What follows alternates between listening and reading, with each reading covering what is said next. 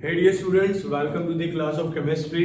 आज का कंसेप्ट, आज का टॉपिक बहुत ही इजी टॉपिक है, बहुत इजी टॉपिक। लास्ट में होमोजीनियस एंड हेटेरोजीनियस इक्विलिब्रियम के बारे में स्टडी किया था। याद है आप लोगों को बच्चों? लास्ट में क्या स्टडी किया था हम लोगों ने? हेटेरोजीनियस एंड होमोजीनियस इक्विलिब्रियम के बारे में। उसमें मैंने पढ़ाया था रिएक्टेंट प्रोडक्ट का phase same, reactant and product का फेज सेम तो वो होता है होमोजीनियस इक्विलिब्रियम। एंड अगर रिएक्टेंट एंड प्रोडक्ट का फेज डिफरेंट तो वो होता है हेटेरोजीनियस इक्विलिब्रियम। अब देखो बच्चों, जनरली इक्विलिब्रियम को पढ़ाई करने के बाद आपने इक्विलिब्रियम पढ़ना शुरू कर दिया तो इक्विलिब्रियम से हमें प्रोडक्ट एंड रिएक्टेंट की क्या क्या इंफॉर्मेशन मिल सकती है। मान लीजिए किसी भी रिएक्शन के लिए केसी का वैल्यू दिया गया, किसी भी रिएक्शन के लिए केसी का वैल्यू दिया गया तो क्या केसी के वैल्यू से बता पाओगे कि उसमें प्रोडक्ट ज्यादा मिलेगी या रिएक्टेंट ज्यादा मिलेगा? समझ रहे हो मेरी बात बच्चे? दिमाग में जा रहा है ना? चलो बहुत अच्छे। तो ध्यान रखना, केसी की वैल्यू से, क्या केसी की वैल्यू से, केसी मतलब इक्विलिब्रियम कांस्टेंट,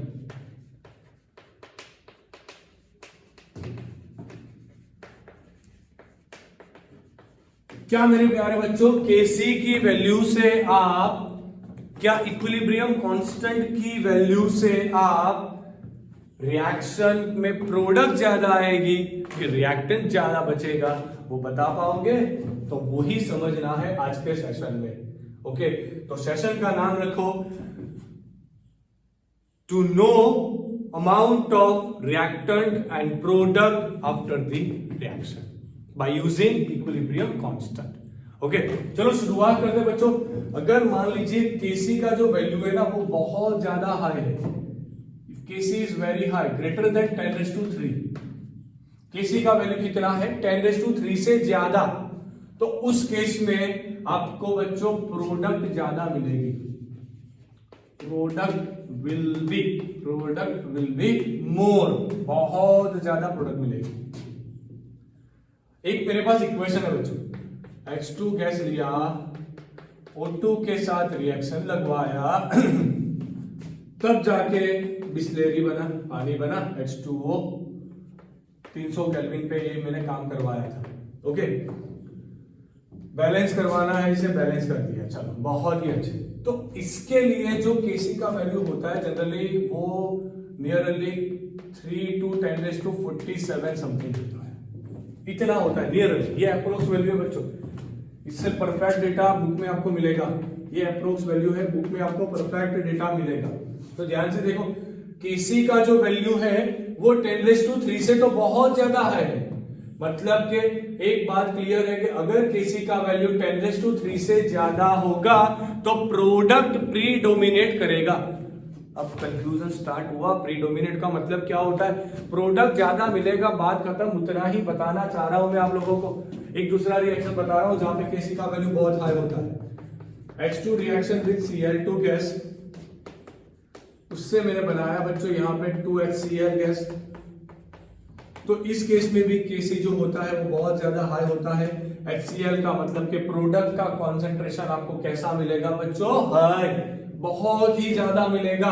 तो ध्यान रखिए, कंसेप्ट को पढ़ते रहो, अच्छे से समझ में आना है। H2 गैस का रिएक्शन करवाया Br2 गैस से, ब्रोमीन गैस से, तब जाके आपको मिला यहाँ पे 2HBr गैस। इस केस में भी केसी का जो वैल्यू होता है बच्चों वो 10⁻³ से ज्यादा होता है। मतलब ये सारी तीनों के तीन रिएक्शन में प्रोडक्ट ज्यादा मिलेगी रिएक्टेंट से, प्रोडक्ट रिएक्टेंट से ज्यादा मिलेगी। मतलब इसका समझना, इसको मतलब समझना है आप। इक्विलिब्रियम एस्टैब्लिश हो जाता है ना, जैसे आप जानते हो कोई भी रिएक्शन 100% कंप्लीशन नहीं होती, पर इस केस में हमारे रिएक्टेंट नियरली 100% यूटिलाइज हो जाएंगे एंड आपको नियरली 100% प्रोडक्ट मिलेगी। मतलब कि अगर केसी बहुत हाई है बच्चों, समझना मेरे प्यारे बच्चों, दिमाग में जाना चाहिए चीज, दिमाग में जाना चाहिए। फिर से एक बार रिपीट कर रहा हूं, ये चीज दिमाग में जाना चाहिए, बहुत इंपॉर्टेंट है कि अगर केसी बहुत हाई है इसका मतलब क्या हो रहा है कि इक्विलिब्रियम बहुत देर बाद एस्टैब्लिश हो रहा है। तो बहुत देर तक रिएक्शन चल रही है, उसका मतलब बहुत देर तक रिएक्टेंट यूटिलाइज हो रहे हैं, उसका मतलब बहुत देर तक प्रोडक्ट बन रही है। उसका मतलब प्रोडक्ट ज्यादा बन रही है यार। अगर प्रोडक्ट ज्यादा बनेगी ना तो रिएक्टेंट तो कम बचे होंगे फाइनल में। कोई भी रिएक्शन 100% कभी कंप्लीट नहीं होती। ऐसा कभी नहीं होगा कि हमारे पास एट द एंड पूरा प्रोडक्ट नो रिएक्टेंट। रिएक्टेंट तो कुछ तो बचेगा ना। पर जब केसी बहुत हाई होता है तो वो रिएक्टेंट कम बचता है, प्रोडक्ट ज्यादा मिलते हैं। तो ऐसी रिएक्शन जो होती है वो इंडस्ट्रियली बहुत हेल्पफुल होती है, क्योंकि इस केस में प्रोडक्ट ज्यादा मिल रही है। इससे थोड़ा विपरीत, इससे थोड़ा उल्टा, इफ केसी का वैल्यू बच्चों 10⁻³ से भी कम हो, 10⁻³ से कम हो, केसी का वैल्यू 10⁻³ से क्या हो, कम हो, तो उस केस में क्या होगा? उस केस में बच्चों रिएक्टेंट विल लेफ्ट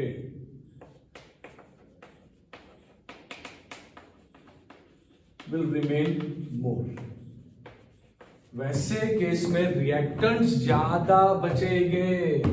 ये बहुत बहुत इंपॉर्टेंट चीज है बच्चों, बहुत इंपॉर्टेंट चीज है, इसे समझना है। एक एग्जांपल मैं आपको दे रहा हूं। पानी लिया, इसको डिकम्पोज करवाया, पानी को लेके डिकम्पोज करवाया, डिकम्पोज। उस केस में H2 गैस बनेगा प्लस O2 गैस बनेगा। बैलेंस करने के लिए यहां पे मैंने हाफ लिखा। तो इस रिएक्शन का जो केसी का वैल्यू है ना, इज लेस देन 10⁻³ वो 10⁻³ से भी कम है। इसका मतलब क्या हुआ? अगर आप ये रिएक्शन करवाने बैठे ना तो पानी बहुत ज्यादा बचा होगा after the reaction, and H2 oxygen gas बहुत कम जनरेट हुई होगी। गया दिमाग में? तो लिखो प्यारे बच्चों कमेंट बॉक्स में, अपनी नोटबुक में लिखो, कमेंट बॉक्स में लिखो, सर हमें समझ में आ गया।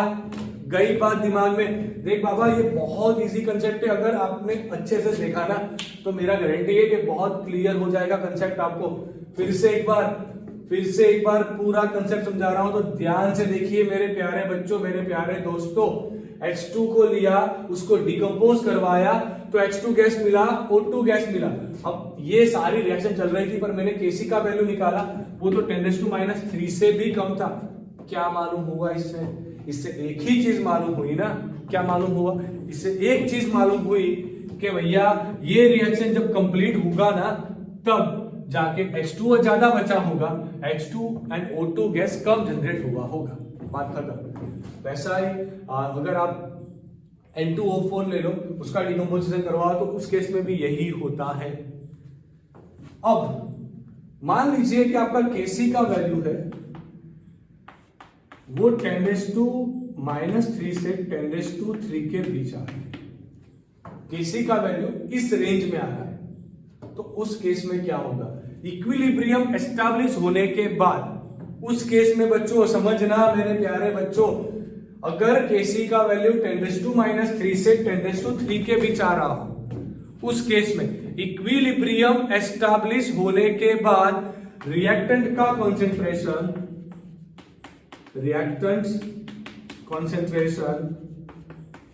at the equilibrium is almost equal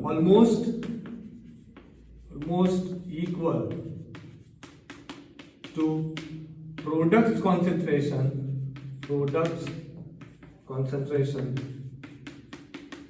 at the equilibrium. चौंक गया, मेरा चौंका गया, दिमाग में गया। अगर केसी जो होता है वो 10⁻³ से 10⁻³ के बीच आए ना, अगर केसी का वैल्यू 10⁻³ से 10⁻³ के बीच आ जाए, उस केस में आपका इक्विलिब्रियम एस्टैब्लिश होने के बाद रिएक्टेंट का कॉन्सेंट्रेशन, प्रोडक्ट का कॉन्सेंट्रेशन कैसा मिलेगा? ऑलमोस्ट सेम मिलेगा। मतलब कि दोनों इक्वल अमाउंट में बचे होंगे। ऐसा कोई रिएक्शन है ना, बहुत अच्छा रिएक्शन है। H2 gas reacting with the I2 gas gives 2HI gas। इस केस में केसी का वैल्यू जो होता है बच्चों 10⁻³ से 10⁻³ के बीच आता है।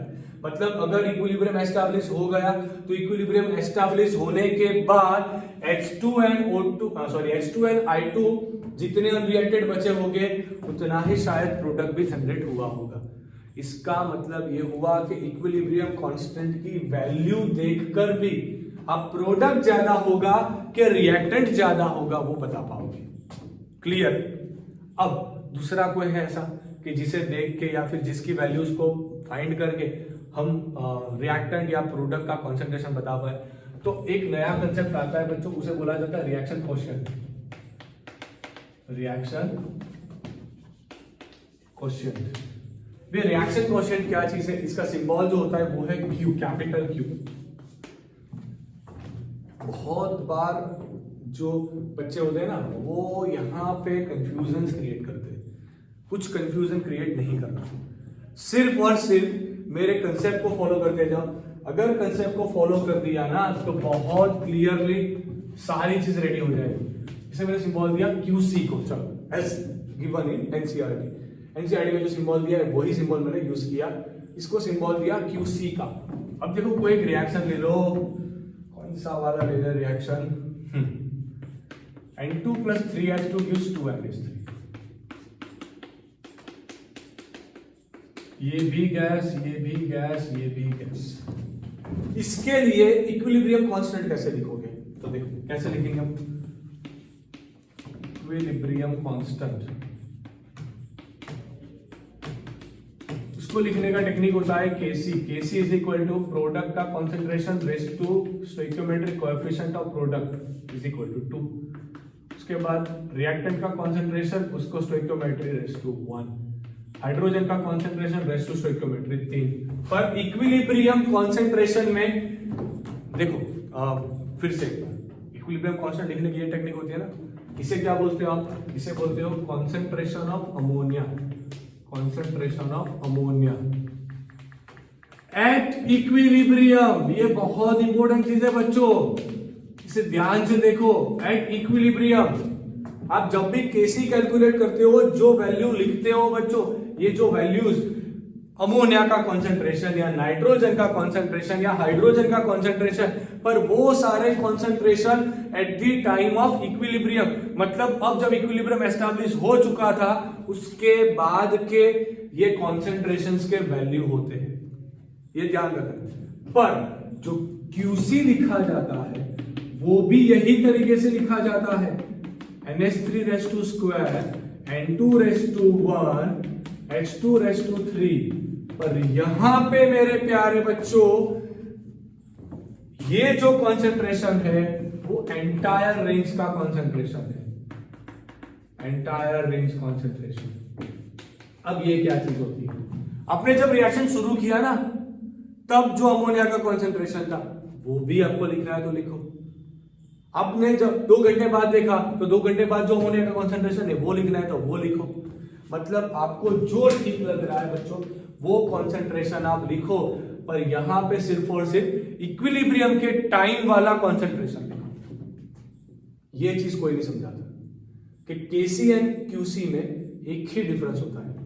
यहां पे जो कॉन्सेंट्रेशन यूज किया जाता है ना वो इक्विलिब्रियम वाला है, एंड यहां पे जो कॉन्सेंट्रेशन यूज किया जाता है वो कोई भी टाइम पे लिया जाता है।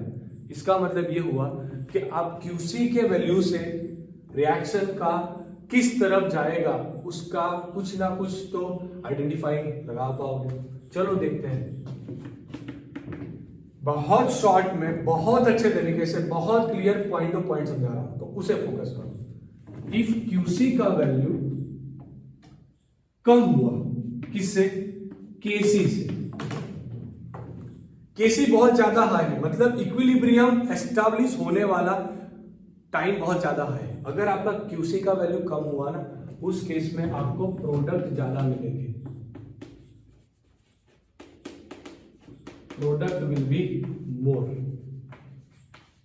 QC कम आया Kc से, कोई भी रिएक्शन, ये रिएक्शन ले ली, इसका कोई Kc आपको दिया गया है, मान लीजिए इसका Kc आपको दिया गया है 12, एंड आपने QC निकाला कोई भी टाइम पे तो आपको मिला 8 एग्जाम्पल।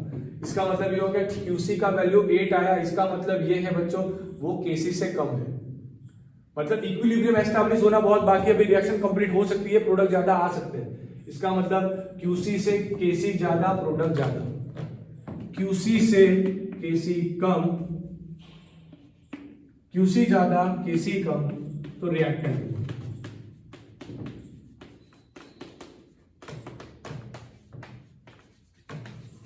तब रिएक्टेंट ज्यादा बचेगा।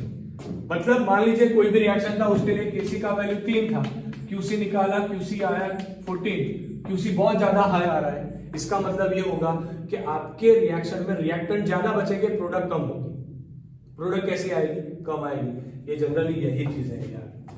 क्यूसी केसी ज्यादा होता है तो प्रोडक्ट ज्यादा मिलती है, केसी कम होता है तो रिएक्टेंट ज्यादा मिलते हैं, रिएक्टेंट बचते प्रोडक्ट ज्यादा नहीं बनती। अगर क्यूसी का वैल्यू केसी के वैल्यू के इक्वल हो जाए तब रिएक्टेंट एंड प्रोडक्ट का कॉन्सेंट्रेशन सेम रहेगा।